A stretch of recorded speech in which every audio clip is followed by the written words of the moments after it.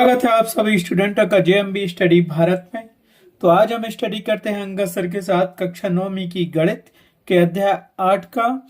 ये अध्याय 8 चतुर्भुज है जिसका ये भाग नंबर 12 है, जिसमें हम जानेंगे प्रश्नावली 8.2 के भाग 1 में प्रश्न क्रमांक 1 का संपूर्ण हल।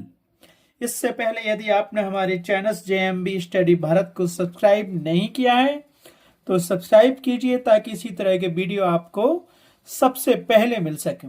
तो आइए हम देखते हैं प्रश्न क्रमांक 1 क्या कहता है। प्रश्न नंबर 1, ABCD एक चतुर्भुज है जिसमें PQR और S क्रमशः भुजाओं ABBCCD और DA के मध्य बिंदु हैं। देखिए आकृति 8.20 में AC उसका एक विकर्ण है, AC उसका एक विकर्ण है। दर्शाइए कि SR समानांतर है AC के और SR बराबर 1/2 AC है। सेकंड दिया गया है PQ बराबर SR है और थर्ड दिया गया है PQRS एक समानांतर चतुर्भुज है। एक चतुर्भुज आपको दिया गया है, ठीक है, समांतर चतुर्भुज दिया गया है, ABCD दिया गया है। उसने कहा कि ये PQRS क्रमशः ABBC और CD और DA के मध्य बिंदु हैं और AC यहाँ पे विकर्ण दिया गया है। तो सिद्ध कीजिए कि SR समानांतर होगा AC के और SR बराबर होगा 1/2 AC। दूसरा PQ बराबर होगा SR के और तीसरा दिया है PQRS एक समानांतर चतुर्भुज होगा। अब समानांतर चतुर्भुज होगा तो उसके आमने सामने की भुजाएं क्या होंगी, बराबर होंगी। और इसमें हम यूज करेंगे मध्य बिंदु प्रमेय का। मध्य बिंदु प्रमेय से हम इसको सिद्ध करेंगे, ठीक है। तो जो दिया गया है उसको लिख लो, जो सिद्ध करना है उसको लिख लो। ये डायग्राम यहाँ बना हुआ है, आपको आंसर शीट में डायग्राम बनाना होगा यही वाला, ठीक है। हमें दिया गया है कि ABCD एक चतुर्भुज है जिसमें PQR और S भुजाओं ABBCCD और DA के क्रमशः मध्य बिंदु है और AC बराबर एक विकर्ण दिया गया है। जो हमें सिद्ध करना है वो भी लिख लेते हैं, पहली कंडीशन, दूसरी और तीसरी। तो हमें यहाँ दिया गया है जो सिद्ध करना है कि SR समानांतर AC के और SR बराबर 1/2 AC है। दूसरा क्वेश्चन उसमें दिया है PQ बराबर है SR के और तीसरा क्वेश्चन दिया गया है कि PQRS एक समानांतर चतुर्भुज है। अब समानांतर चतुर्भुज की परिभाषा हम जानते हैं कि उसके आमने सामने की भुजाएं बराबर होती हैं और विकर्ण आपस में बराबर नहीं होते हैं, ठीक है। तो यहाँ मध्य बिंदु प्रमेय का हम यूज करेंगे जो आपको हम पहले समझा चुके हैं। प्रमेय नंबर 8 है, 8.8 है और एक प्रमेय 8.9 है। मध्य बिंदु प्रमेय और मध्य बिंदु प्रमेय का विलोम मैं एक कथन सहित आपको रट लेना है, एक पूछता है वो, और उसी पे आधारित ये पूरी प्रश्नावली 8.2 है। ये प्रश्नावली 8.2 का पहला क्वेश्चन है। तो चलिए इसको हम हल करते हैं नंबर 1 डाल के, ठीक है। तो पहला हम देखते हैं, पहला में दिया गया था SR समानांतर AC के और SR बराबर 1/2 AC। ये हमें क्या करना, सिद्ध करना है। डायग्राम आपको दिया गया है, ABCD एक समानांतर चतुर्भुज है। उसने कहा कि क्रमशः AB का मध्य बिंदु P, BC का मध्य बिंदु Q और CD का मध्य बिंदु R तथा DA का मध्य बिंदु S है और AC यहाँ पे विकर्ण दिया गया है। तो पहली कंडीशन में हमें SR है और SR AC का आधा भाग होगा, मतलब SR बराबर 1/2 AC है, मतलब AC का आधा पार्ट होगा हमारे पास, क्या होगा, SR, इसका आधा है AC का, ठीक है। तो अब क्योंकि हमें दिया ही गया है, उसने क्या किया, हमें तो केवल इसमें SR आ रहा है, AC आ रहा है, मतलब SR AC बिंदु आ रहा है। तो यहां से हम क्या करेंगे, अगर एक त्रिभुज लेंगे ACD में तो क्या आ गया, CD का मध्य बिंदु R आ गया है और DA का मध्य बिंदु S आ गया और AC भी आ गया और SR भी आ गया। तो ये त्रिभुज लेंगे हम और इस त्रिभुज में हम क्या करेंगे, मध्य बिंदु प्रमेय लगा देंगे, क्योंकि उसने कहा है कि CD और DA का मध्य बिंदु क्रमशः R और S है, ठीक है। तो हमारे पास ये सिद्ध हो सकता है जो दिया गया है। तो हम क्या लिखेंगे यहाँ, क्योंकि हम जानते हैं या क्योंकि दिया गया है। क्या दिया गया है यहाँ पे देखिए आप, क्योंकि यहाँ पे दिया गया है, हमें दिया गया है क्योंकि S तथा R मध्य बिंदु है क्रमशः भुजा डीए और सीडी की। ये हमें क्वेश्चन में दिया गया था। तो डीए का मध्य बिंदु एस है और सीडी का मध्य बिंदु आर है, दिया गया है। तो हम एक त्रिभुज ले लेंगे। कौन सा त्रिभुज?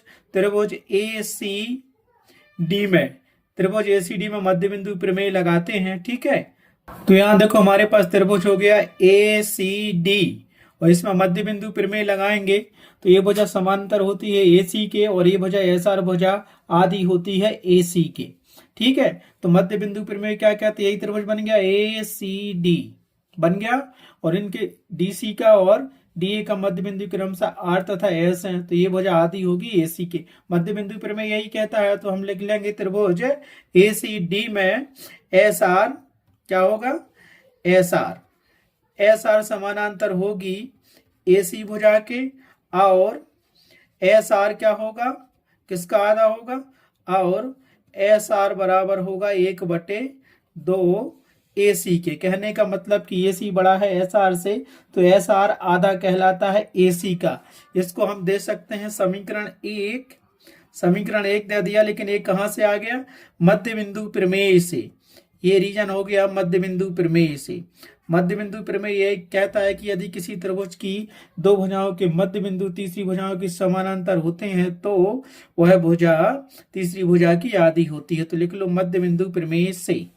तो ये आ गया हमारे पास मध्य बिंदु प्रमेय से। देखो ए सी भुजा और सी डी भुजा और डी भुजा, ये मध्य बिंदु प्रमेय हो गया। एक ए सी डी एक त्रिभुज हो गया और यहाँ से सी डी भुजा का मध्य बिंदु आर है और डी भुजा का मध्य बिंदु एस है और एक त्रिभुज में मध्य बिंदु प्रमेय लगाते हैं तो इसके बराबर होता है, ये त्रिभुज बन गया है। ठीक है, तो इसको समीकरण 1 दे दिया और लिख दिया मध्य बिंदु प्रमेय से। और हमें यही सिद्ध करना था। मध्य बिंदु प्रमेय हम आपको पहले ही समझा चुके हैं, तो वहां केवल इतना ही लिखना है, मध्य बिंदु प्रमेय से आ गया है। ठीक है, तो इस क्वेश्चन को पहले हल करने से पहले हमारे दोनों वीडियो मध्य बिंदु प्रमेय और मध्य बिंदु प्रमेय का विलोम आप समझ लेना, तब जाके ये क्वेश्चन सॉल्व होंगे और लिखना पड़ेगा मध्य बिंदु प्रमेय से। और यहाँ लिख दो यही सिद्ध करना था। तो पहला तो सिद्ध हो गया, तो ये क्या हो गया? यही सिद्ध करना था, इति सिद्धम। तो पहला पार्ट सिद्ध हो गया। अब दूसरा हमें करना है कि पी क्यू बराबर होगा एस आर के या एस आर बराबर होगा पी क्यू के। तो ठीक है, दूसरा हम ऑप्शन अब प्रूव करते हैं। हमें सिद्ध करना है कि पी क्यू बराबर है एस आर के। ठीक है, ठीक है, अभी हमने त्रिभुज लिया था ए सी डी और हमने सिद्ध किया था कि एस आर समानांतर ए सी के और एस आर बराबर 1/2 ए सी के। इसी प्रकार हम क्या करेंगे? हमें सिद्ध करना है पी क्यू बराबर एस आर, तो एस आर तो यहाँ से मिल जाएगा। पी क्यू के लिए भी बिल्कुल सेम प्रोसेस अपनाएंगे, लेकिन त्रिभुज चेंज हो जाएगा क्योंकि यहाँ हमें पी क्यू चाहिए और पी क्यू समानांतर है काहे कि ए सी के। तो हमें त्रिभुज कौन सा लेना पड़ेगा? ए बी सी त्रिभुज में। और इस त्रिभुज की दो भुजाओं के मध्य बिंदु तीसरी भुजा के समानांतर होंगे, त्रिभुज की तीसरी भुजा के, और उसके 1/2 भाग के बराबर होंगे, मतलब उसके तीसरी भुजा या विकर्ण के आधे के बराबर होंगी। तो हमें सेम यही प्रोसेस अपनानी है। मध्य बिंदु प्रमेय लगाएंगे तो यहां से हम लिखेंगे क्या लिखेंगे? क्योंकि हम जानते हैं P तथा Q मध्य बिंदु है क्रमशः BC और BA के। ठीक है, अब त्रिभुज ABC में मध्य बिंदु प्रमेय से क्या लिखेंगे? PQ समानांतर होगा AC के और PQ बराबर होगा 1/2 AC। ठीक है, तो यहां क्या हो गया? क्योंकि हम जानते हैं P और Q मध्य बिंदु है क्रमशः भुजाएं AB और BC के। क्यों मध्य बिंदु है? क्योंकि ये हमें दिया गया है, प्रश्न में दिया गया है कि ये मध्य बिंदु है। तो लिख लो यहाँ पे दिया है, प्रश्न में दिया है, बस इतना ही लिख लिया उसको। अब हम त्रिभुज लेंगे। दोनों मध्य बिंदु कहाँ? ए बी भुजा और बीसी भुजा के बीच में आ रहे हैं, तो हम त्रिभुज ले लेंगे ए बी सी में। इसीलिए अब त्रिभुज ए बी सी में, अब त्रिभुज ए बी सी में मध्य बिंदु प्रमेय लगा दो त्रिभुज ए बी सी में। तो क्या करेंगे? मध्य बिंदु प्रमेय से हमें क्या मिल जाएगा? इसीलिए मिल जाएगा यहाँ से पी क्यू समानांतर है ए सी के। मध्य बिंदु यही कहता है कि जब त्रिभुज की किन्हीं दो भुजाओं के मध्य बिंदु तीसरी भुजा के समानांतर होते हैं। सो पी क्यू समानांतर है ए सी के। और क्या कर लिया? और वो आधा होता है किसके? मध्य बिंदुओं से बनी लाइन आधी होती है 1/2 ए सी के, विकर्ण तीसरी भुजा की। इसको हमने दे दिया समीकरण नंबर 2 और यहाँ लिख दिया। क्यों? मध्य बिंदु प्रमेय से, मध्य बिंदु प्रमेय से हम यहाँ लिख सकते हैं मध्य बिंदु प्रमेय से, क्योंकि मध्य बिंदु प्रमेय यही कहता है कि यदि किसी त्रिभुज की दो भुजाओं के मध्य बिंदुओं को मिलाने वाली रेखा उस त्रिभुज की तीसरी भुजा के समानांतर और उसकी आधी होती है, तो समानांतर तो ये हो गई, मध्य बिंदु पी की एक रेखा बन गई, समानांतर है तीसरी भुजा ए सी के, और ये पी की भुजा जो मध्य बिंदुओं से बनी है तीसरी भुजा ए सी के आधे के बराबर है। ठीक है, तो ये समीकरण 2 हो गया। और समीकरण 1 और 2 से हम सिद्ध कर देंगे, क्या कर देंगे, यहाँ पी क्यू बराबर है, यहाँ देखो एस आर समानांतर है ए सी के और पी क्यू समानांतर ए सी के, तो यहाँ से पी क्यू समानांतर हो जाएगा एस आर के, और यहाँ से पी क्यू बराबर 1/2 ए सी और यहाँ एस आर बराबर 1/2 ए सी, तो यहाँ से मिल जाएगा पी क्यू बराबर एस आर। तो ये पी क्यू के बराबर एस आर मिल जाएगा, हमें यही सिद्ध करना था सेकंड में। और उससे क्या सिद्ध हो गया, जब ये दोनों चीजें हो गई, समानांतर हो गया, तो ये समानांतर चतुर्भुज भी हो गया, क्योंकि आमने सामने की भुजाएं बराबर होती हैं समानांतर चतुर्भुज में। ठीक, तो इससे क्या सिद्ध हो गया, ये मध्य बिंदु प्रमेय आ गया हमारे पास। समीकरण 1 और 2 बन गया। समीकरण हमारे पास एक ये था, आपने देखा होगा समीकरण 1 हमारे पास दिया गया है, ये दिया गया समीकरण 1 और समीकरण 2 से, यहाँ पी की समानांतर ए सी के और एस आर समानांतर ए सी के, तो ये हो जाएगा समीकरण 1 देख से पी की समानांतर होगा एस आर के, और यहाँ से पी की बराबर 1/2 ए सी के, और ये भी दिया गया है एस आर बराबर 1/2 ए सी के, तो 1/2 ए सी के बराबर रख देंगे हम एस आर इस समीकरण में, तो पी क्यू बराबर हो जाएगा एस आर। आया समझ में? तो समीकरण 1 और 2 से हमें यहाँ क्या मिल जाएगा, ठीक है, ये पी क्यू बराबर 1/2 ए सी है, और समीकरण 1 में दिया था पी एस आर बराबर 1/2 ए सी, तो यहां से मिल गया हमें पी क्यू और 1/2 ए सी बराबर रख दो एस आर समीकरण 2 से। और इसमें हमें यही सिद्ध करना था कि नहीं करना था सिद्ध, समीकरण क्वेश्चन नंबर 2 में पी क्यू बराबर एस आर सिद्ध करना है, तो समीकरण 1 और 2 से हमने सिद्ध कर दिया कि पी क्यू बराबर एस आर, तो यहाँ लिख लो यही सिद्ध करना है, इति सिद्धम। तो ये क्या हो गया, पी क्यू बराबर एस आर, यही सिद्ध करना था, और लास्ट में लिख दिया इति सिद्धम। तो इसमें पहले क्वेश्चन का दूसरा क्वेश्चन भी कंप्लीट हो गया। आप पहले क्वेश्चन का तीसरा क्वेश्चन कंप्लीट करना है, हमें क्या करना है, वो कह रहा था कि पी क्यू आर एस एक समानांतर चतुर्भुज है। जब पी क्यू आर एस एक समानांतर चतुर्भुज है तो उसके आमने सामने की भुजाएं तो बराबर होती हैं। तो पहला समीकरण 1 और समीकरण 2 तो हमने ले ही लिया, और ये समीकरण 3 बन गया अपना। चाहो तो उसको समीकरण 3 भी बना सकते हो, नहीं तो ऐसा ही रहने दो तीसरे ऑप्शन के लिए। ठीक है, हमें सिद्ध करना है तीसरा पी क्यू आर एस एक समानांतर चतुर्भुज है। इसके लिए हम पहले क्या सिद्ध कर चुके हैं, समीकरण 1 और समीकरण 2 से।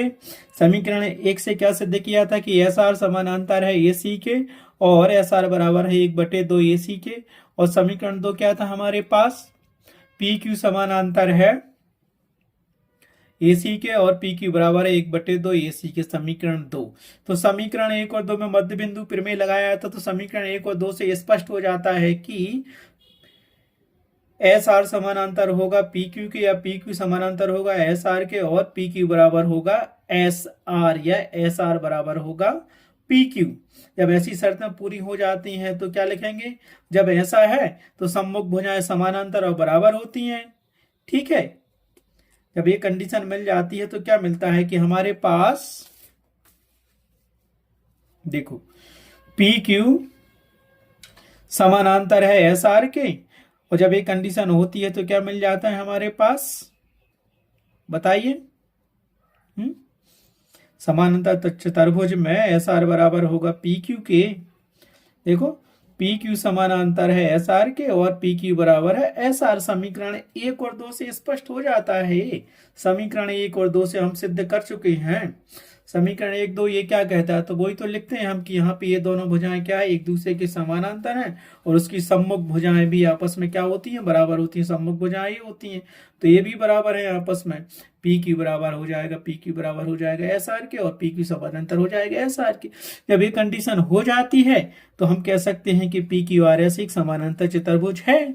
सम्मुख भुजाएं समांतर, ये भुजाएं समांतर हैं, पी क्यू बराबर है एस आर के और पी क्यू समानांतर है एस आर के।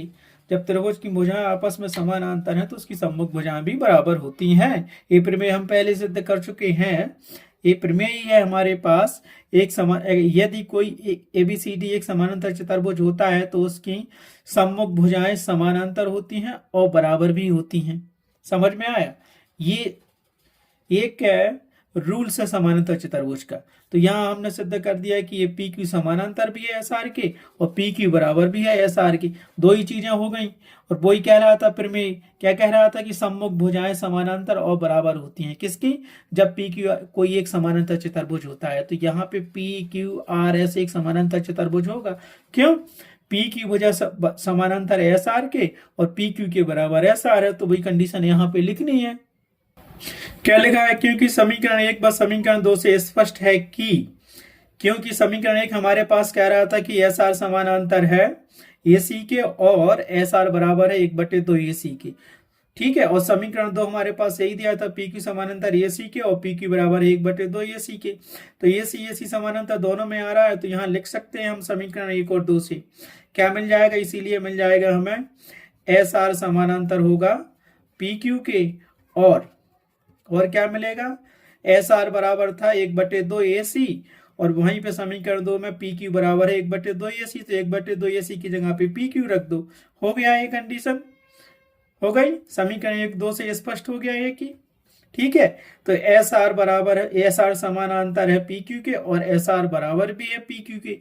तो ये समानांतर चतुर्भुज होने की शर्त क्या होती है? समानांतर चतुर्भुज की सम्मुख भुजाएं बराबर और समानांतर होती हैं। सम्मुख मतलब आमने सामने की भुजाएं। ये भुजा पी क्यू बराबर है एस आर की, ये सिद्ध कर ही दिया समीकरण 1 और 2 से। और समीकरण 1 और 2 ये भी कह रहा है कि पी क्यू समानांतर है एस आर की। आगे पीछे इस भुजा को कितना ही बढ़ाओ, ये दोनों भुजाएं आपस में एक दूसरे को काटेंगी नहीं, ना ही कभी मिलेंगी। ठीक है। तो शर्त हो गई। क्यों? क्योंकि अब ये पी क्यू आर एस एक समानांतर चतुर्भुज क्यों होगा? अतः हम कह सकते हैं, अब क्यों? क्योंकि हम जानते हैं कि समानांतर चतुर्भुज की सम्मुख भुजाएं आपस में समानांतर और बराबर होती हैं। तो सम्मुख भुजाएं आमने सम्मुख का मतलब होता है आमने सामने की भुजाएं। ये क्या है? समानांतर होना चाहिए और बराबर होना चाहिए समानांतर चतुर्भुज होने के लिए। तो यहाँ पे ये क्या हो गई? समानांतर भी हो गई और बराबर भी हो गई। तो यहाँ लिख दो। इसीलिए क्या करेंगे हम? अब चूंकि हम जानते हैं कि समानांतर चतुर्भुज की सम्मुख भुजाएं समानांतर और बराबर होती हैं। तो यहाँ देखो, सम्मुख का मतलब होता है आमने सामने की भुजाएं।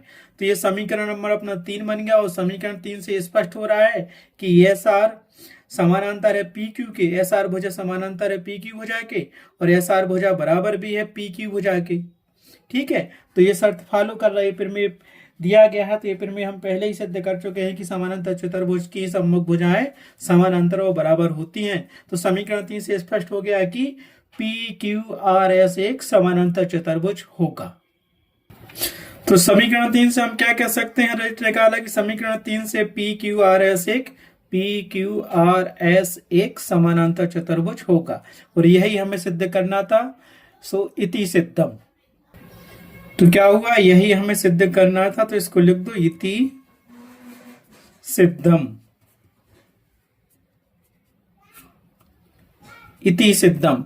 इस प्रकार से प्रश्नावली 8.1 का पहला क्वेश्चन कंप्लीट हुआ। और ये क्वेश्चन बहुत ज्यादा इंपॉर्टेंट है। इसमें कुछ नहीं है, बहुत सिंपल इजी स्टेप है। मध्य बिंदु प्रमेय हम आपको पहले ही बता चुके हैं। समानांतर चतुर्भुज की परिभाषा भी बता चुके हैं। आप देख सकते हैं चतुर्भुज में जाके जितने भी प्रकार के चतुर्भुज हैं उनकी विशेषताएं बता चुके हैं हम आपको। तो मध्य बिंदु प्रमेय लगाया। मध्य बिंदु प्रमेय से पहला क्वेश्चन सॉल्व हुआ, दूसरा क्वेश्चन सॉल्व हुआ, समीकरण 1 और 2 बने और दोनों समीकरणों से समीकरण 3 बन गया, जिससे ये सिद्ध हो गया कि समांतर चतुर्भुज की सम्मुख भुजाएं समानांतर और बराबर होती हैं। अतः समीकरण 3 से स्पष्ट है कि पी क्यू आर एस एक समानांतर चतुर्भुज होगा। पी क्यू आर एस क्या है? एक समानांतर चतुर्भुज है। पी क्यू आर एस एक समानांतर चतुर्भुज है। सो इति सिद्धम। इस प्रकार से प्रश्नावली 8.2 का क्वेश्चन नंबर 1 कंप्लीट हुआ। नेक्स्ट क्वेश्चन के लिए चलते हैं हम नेक्स्ट वीडियो पर। Thanks for watching my video.